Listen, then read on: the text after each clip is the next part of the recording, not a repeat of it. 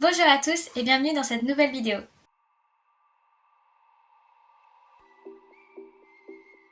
Petite précision avant de commencer, le décor a changé car je suis actuellement chez mes parents étant donné que l'année universitaire est maintenant terminée. Et autrement, oui, je me suis coupé les cheveux. En ce qui concerne la suite de cette story time, la dernière fois je me suis arrêtée au moment de mon licenciement. Il faut savoir que j'ai pas été licenciée et lâchée dans la nature comme ça sans aucune aide. Avant de me faire officiellement licencier, j'ai été guidée par une assistante sociale et la médecine du travail qui m'ont aidée à réfléchir à ce que j'étais capable de faire, à trouver une nouvelle voie où je serais capable de travailler sans avoir de soucis avec ma santé ou du moins le minimum possible pour que je ne sois pas de nouveau arrêtée pendant de longs mois et finalement licenciée pour inaptitude. Donc notamment pendant ces recherches, on m'a guidée vers le FONGECIF.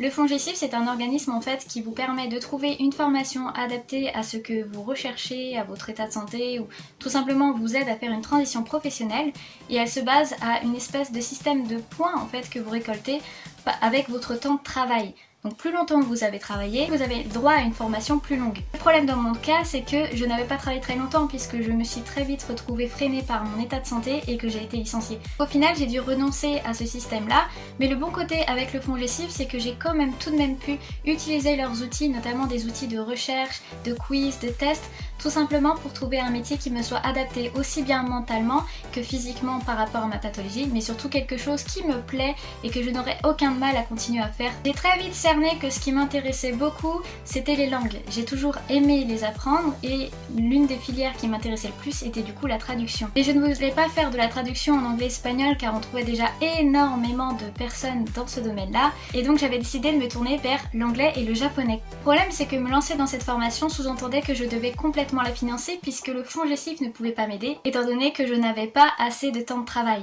L'une des choses que m'a conseillé l'assistante sociale, c'était tout bonnement de faire une espèce de petit boulot, quelque chose que je puisse avoir assez facilement avec ou sans diplôme, donc dans le cas où ce serait avec diplôme, une petite formation à domicile, mais ça ne m'intéressait pas et ça me semblait complètement inimaginable juste de simplement perdre encore du temps à faire un petit travail entre guillemets pour mettre des sous de côté et pouvoir ensuite partir à l'université alors que pour la traduction je savais déjà que j'en avais pour minimum 5 ans d'études. Je ne voulais absolument pas perdre de temps, surtout que toute la durée où j'étais en arrêt maladie, j'ai essayé d'intégrer une université l'année suivante, après les vacances d'été. Évidemment, ça n'a pas été possible, c'était trop tard puisque tout ce qui était Parcoursup était déjà passé. Le fait de ne pas avoir réussi à avoir une université à ce moment-là, ça fait que j'avais d'office 1 an à passer chez moi avant de pouvoir rentrer à l'université. Sauf si je réussissais à trouver un moyen de rentrer pendant l'année.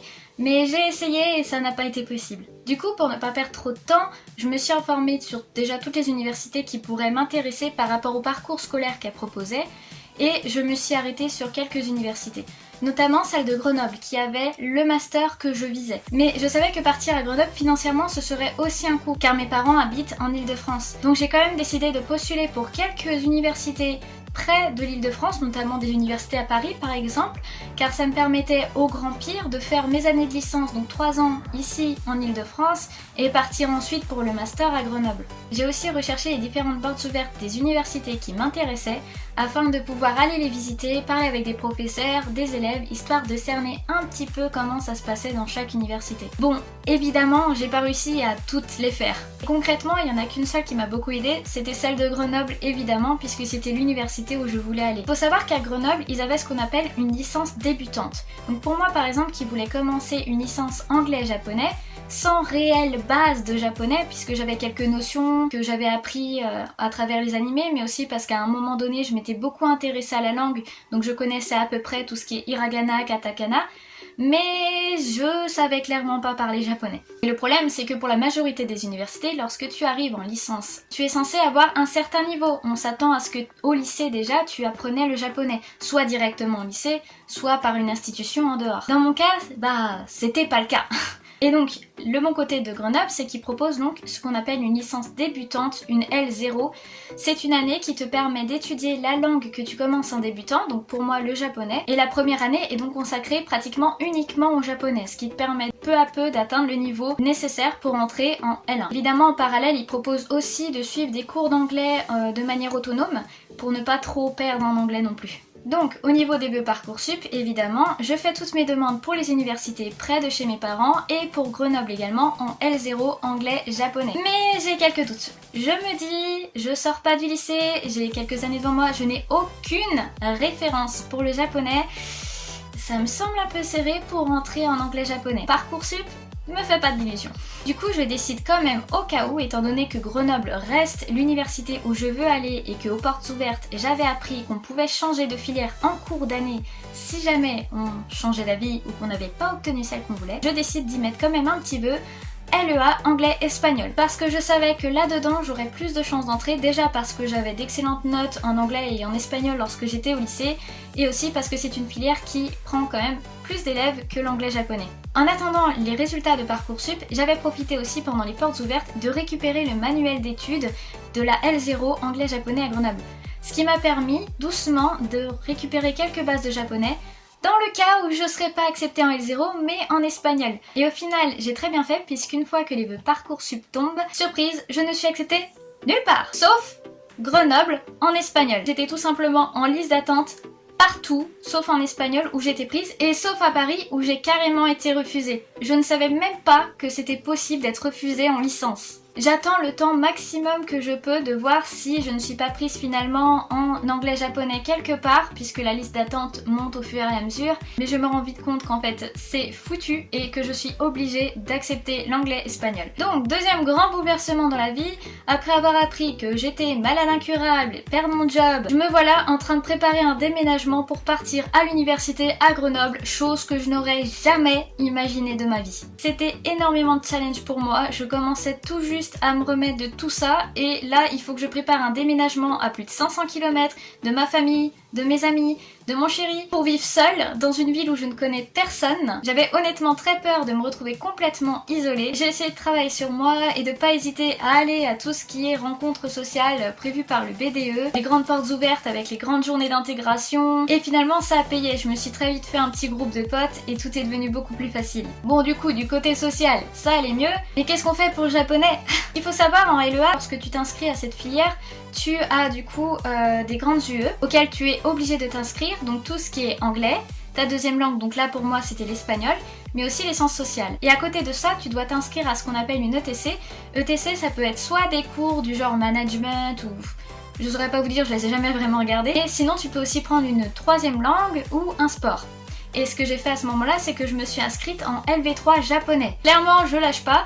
Je me dis, bon, quitte à être en anglais-espagnol, on va déjà valider un maximum d'UE et on va tout faire pour intégrer la L0. Parce que je pourrais très bien essayer de tenter tout simplement de passer en L1 anglais-japonais au deuxième semestre, mais j'avais très peur de me retrouver complètement à la ramasse.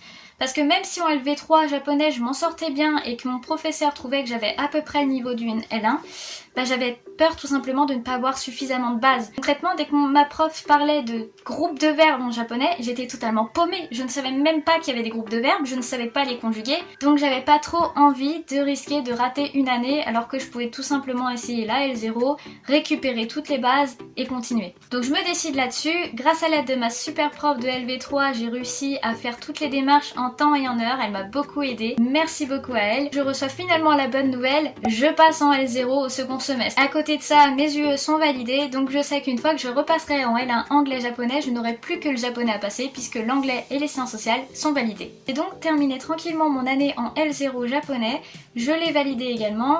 J'ai repassé au rattrapage tout le semestre 1 de L0, mais ça a été sans souci. Et c'est ce qui m'amène à où j'en suis maintenant. Je viens de terminer ma L1 en anglais-japonais, je l'ai validé également et je passe donc en L2 l'année prochaine. Je voulais vraiment vous partager toute cette histoire parce qu'il me tenait à cœur que vous compreniez un petit peu mieux tout le contexte pour mieux comprendre les prochaines vidéos, et aussi parce que je voulais vous montrer que quoi qu'il arrive, il ne faut rien lâcher.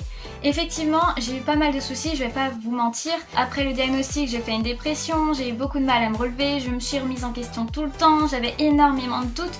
Je ne me pensais pas capable tout simplement de reprendre des études, de m'éloigner autant. C'était vraiment énormément de challenge et j'avais très peur aussi que ma santé me lâche. C'était vraiment très perturbant de reprendre les études à 24 ans alors que tout le monde les finissait, de me relancer pour 5 ans d'études, de me dire que je sortirais de là-bas trentenaire.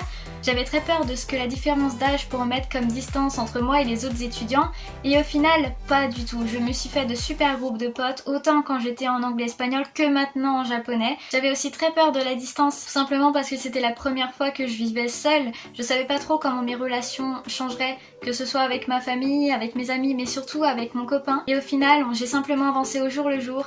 J'ai fini par réussir à gérer ma vie étudiante, même s'il y a eu des moments plus durs que d'autres, parce que malheureusement la maladie est bien là et qu'il m'est déjà arrivé de ne pas pouvoir réellement bouger pendant presque 2 semaines, mais l'important au final c'est de ne jamais lâcher. J'ai été très soutenue par ma famille, par mon copain qui ont toujours été là pour moi, mes amis aussi. Je suis vraiment très reconnaissante et très chanceuse de les avoir avec moi. Aujourd'hui j'ai juste cette grande volonté de réussir ce que j'entreprends, de réussir à avancer dans ma vie, de réussir à tout gérer. C'est peut-être beaucoup, c'est peut-être un peu présomptueux, mais j'ai vraiment envie de réussir à avancer et à me prouver que j'en suis capable, à un petit peu déjouer les plans du destin et me dire que malgré ma pathologie je peux quand même faire de grandes choses, grandes en tout cas dans mon cœur et à mon niveau. Ce qui est important pour moi que vous reteniez à travers cette chaîne, c'est que mon but n'est pas du tout de me comparer à vous, n'est pas du tout de dire hey, moi je suis mieux que tout le monde, ça a rien à voir. Jamais, ne vous comparez jamais à moi. On est tous différents, on a tous une réaction différente. L'important à mes yeux c'est simplement ne jamais s'abandonner. Plusieurs fois durant ce parcours, j'aurais pu juste laisser tomber, rester sur la facilité et juste écouter ma peur et les inquiétudes de mon entourage qui me disaient mais non, mais c'est pas possible, ça va être trop dur, tu vas être trop fatigué. J'aurais pu, je ne l'ai pas voulu. Et c'est le grand message que je veux passer ici. Ne vous abandonnez jamais. Si vous avez un projet aussi fou soit-il, tentez le coup. N'ayez aucun regret dans votre vie. Ne vous dites pas plus tard mince, j'aurais dû essayer. Essayez tout bonnement. Allez-y, avancez. Bien sûr, par moments ce ne sera pas possible ou plus difficile parce que vous serez trop fatigué ou pour plein d'autres différentes raisons et c'est pas grave, c'est pas grave. Il ne faut surtout pas vous rabaisser à ce moment-là et vous dire oh j'en suis pas capable, je suis trop nulle, c'est pas grave. Prendre une journée de pause n'a jamais été un énorme défaut. L'important est de savoir équilibrer entre ce qu'on peut faire et ce qu'on a envie de faire. C'est encore très difficile pour moi et c'est la chose je pense la plus difficile à faire, mais en tout cas n'abandonnez jamais vos rêves et avancez pour vous et votre vie.